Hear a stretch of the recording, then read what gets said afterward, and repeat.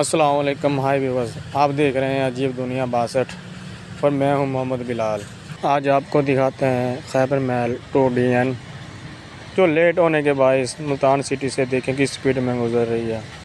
हम आज आए हैं मुल्तान घंटाघर में, आपको दिखा रहे हैं मुल्तान घंटाघर का चौक। ये आप देख सकते हैं हम किस ऊंचाई पर खड़े हैं और यहाँ से पूरे मुल्तान घंटाघर का व्यू आपको साफ नज़र आएगा। ये देखें, एक मस्जिद बनाई गई है और सामने घंटाघर है। इस घंटाघर से अब चलते हैं खैबर महल 2DN की स्पीड की तरफ।